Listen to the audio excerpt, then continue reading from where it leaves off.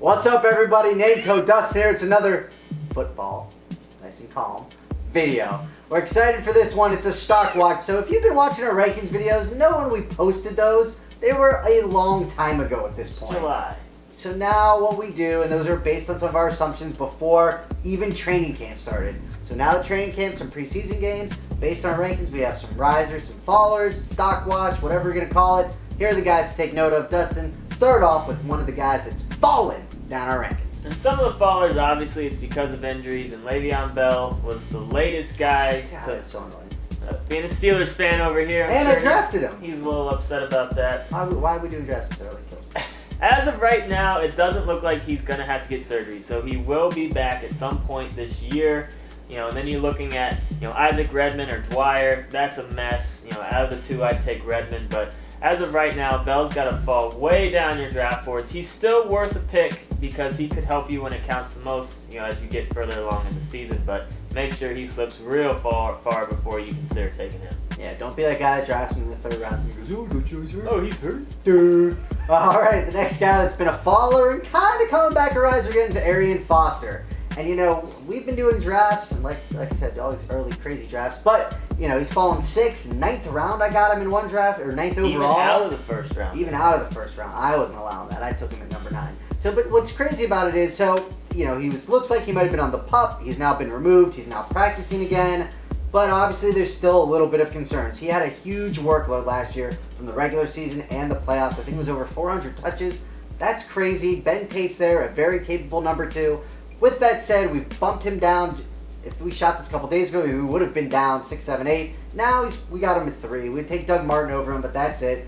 Arian, he had the same thing happen to him the other year. He'll be okay. You'll probably be able to get him 6, 7, which we think is actually pretty good value at this point. Double-digit touchdowns, always. A lot.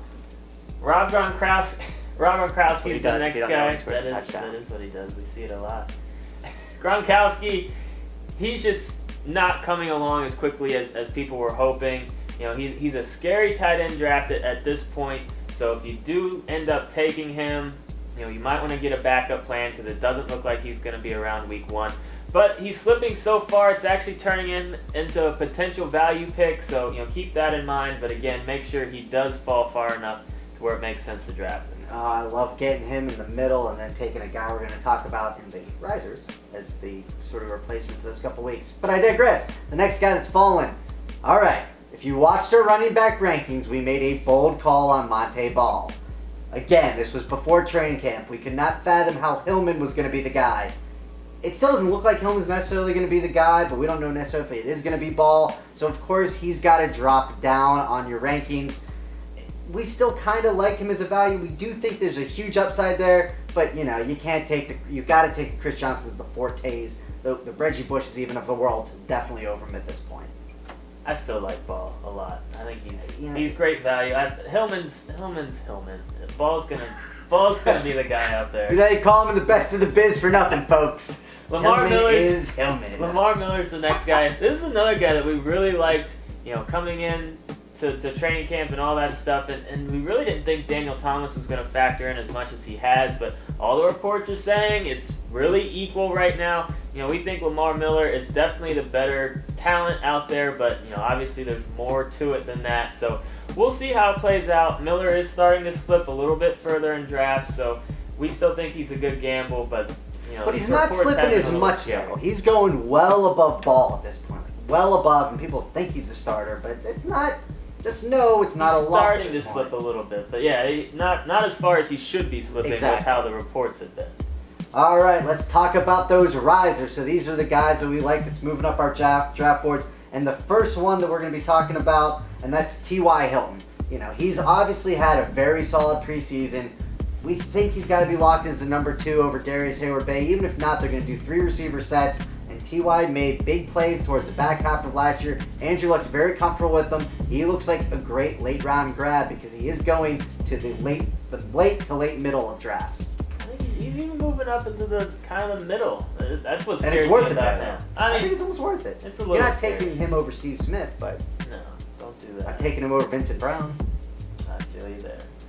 Daryl Richardson, one of my boys. I love this guy. I'm really excited. that he's probably going to get a chance to be the starter out there for the Rams, especially week 1, since the suspension from Pete. If Richardson plays well from the beginning, I don't think he loses that job all year. He's been moving up draft boards, around 6th round or so, depending on how many teams are in your league. Pick 67. Right around the 60th pick or so, which I think is still really great value. 12-team fantasy expert league with a few foreign members, and you snake him right before Dustin. Oh, he took him 1 pick before. So good. I was so mad. So good. But we really like his upside, especially in PPR leagues. I think he gets involved in the passing game as well. A lot of upside with this guy. I like him. This is Dustin's boy. If you were watching the videos last year, man, did you hear Dustin talk about him. So I will give you credit for that. But he is on my team in the FST member/expert league. All right, the next guy we're going to be talking about is Michael Floyd. Loved this kid last year. He had terrible, god-awful quarterbacks in Arizona. This year he's got Carson Palmer, and all of the beat writers, and you got to take that with a grain of salt always, but all the beat writers are saying this kid is playing absolutely out of his mind. Of course, all of the coverage is going to be rolled to Larry Fitzgerald, one-on-one coverage. He could really have a breakout season. We are a big, big fan of him, and you can get him very late in your draft. Yes, you can.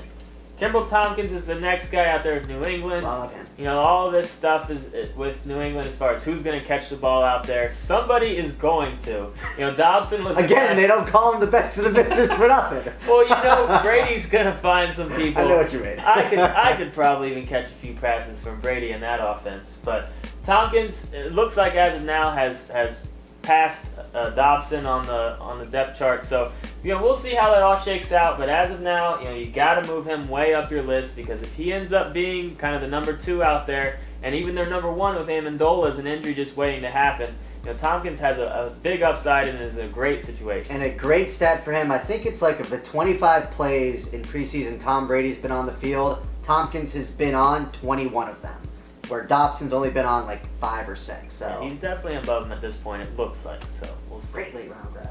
All right, the last guy that I'm going to be talking about, and that's Zach Sudfield, and he's a tight end with the New England Patriots, and again, they're going to have to throw the ball to somebody, so he's a great option. If Gronk's definitely out, he's been getting all the praise in camp. Brady's loving him. He was an undrafted free agent, but he's a big guy. Belichick seems to find these gems. He's going to be lining up in the Hernandez role, and so even if Gronk comes back, he still might yield value. But if you can get Gronk in the 6th, 7th, 8th round, something like that, especially the 8th round, and then grab Sudfield very, very late, love that as a 1-2, because the combined stats of those two will probably be better than most of the tight ends other than Jimmy Graham in your draft.